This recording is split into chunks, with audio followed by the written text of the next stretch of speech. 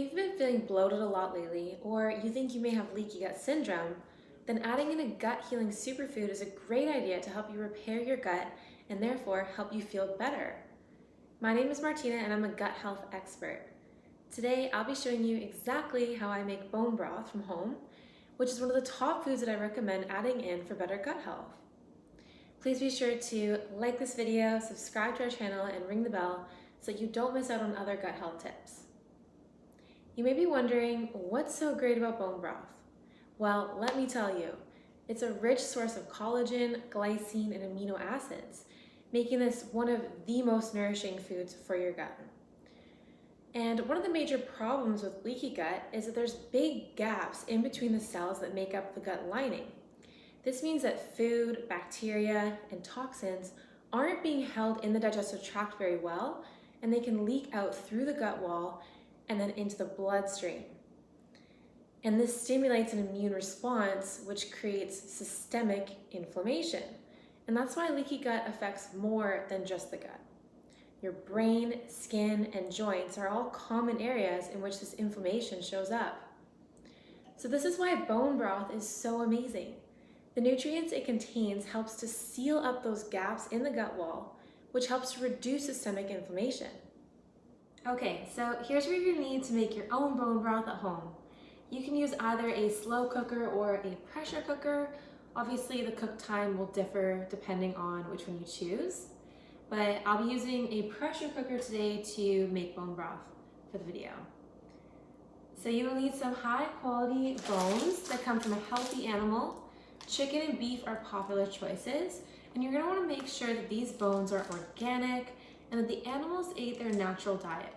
For example, grass-fed beef will contain more nutrients and provide anti-inflammatory properties, whereas a cow that was fed, that was conventionally raised and fed grains or corn, which is not its natural diet, will actually be more inflammatory. So it's best to avoid that type of beef.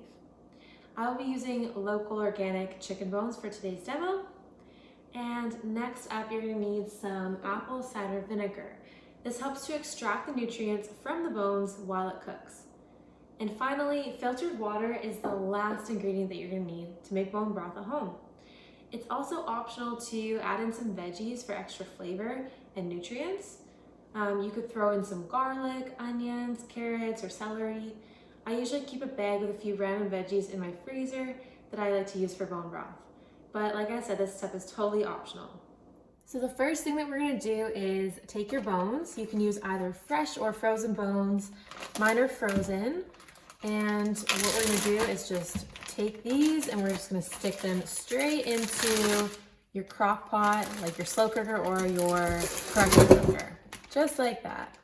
And then the next step is we're gonna take the apple cider vinegar, just give that a little shake. Try to choose the apple cider vinegar that's raw and unfiltered. It contains the mother, which is full of probiotics.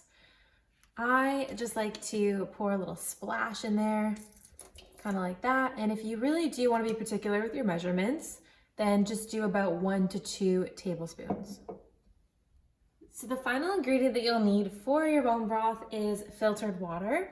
And you're just gonna pour this into the pot and fill it up to wherever the maximum line is on your pot.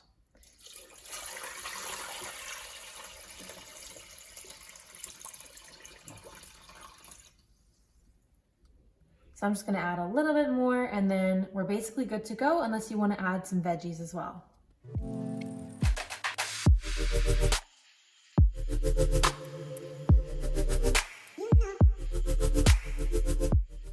Okay, so now I've got this all turned on. Since I'm using a pressure cooker, it's gonna cook for 3 hours. And if you are using a slow cooker, then that's gonna take obviously a lot longer because it's cooking slower. So I would put it onto a high setting for 12 hours. And then after that first 12 hours, you can bring it down to low, which you're then gonna cook it for a total of 24 hours. And then continue watching and I'll show you what to do next once it's done cooking. Okay, we're back. So once your broth is all done cooking, then we're just going to strain out all of the bones, all the veggies. We're gonna sift out any other little gunk that's kind of floating on top there. And we're gonna transfer that broth into some mason jars. So make sure you've got a few of these handy as well. And that's how they're gonna be stored in either the fridge or the freezer.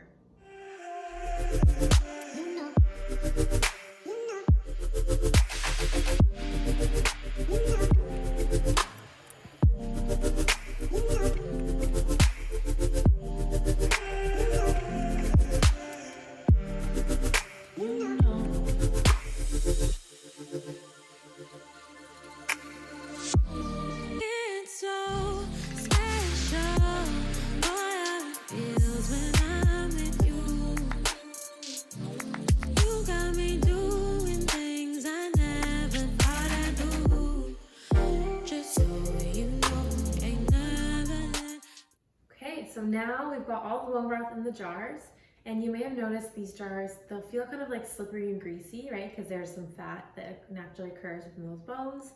So you'll just want to give them like a little wash, which I've already done here. And I got about just over 100 ounces of bone broth altogether. So this is great. This is gonna last you, a week or two, depending on how much you're drinking it. And next I'm just gonna show you how I prepare it to be consumed. So what I would do is I would suggest about 8 ounces for a serving. That's actually about what I've got in this jar here. And I'm just gonna heat it up on a saucepan, add some spices to it, and then I just like to drink it out of a mug. But you can also use this broth as a base for lots of different soups as well.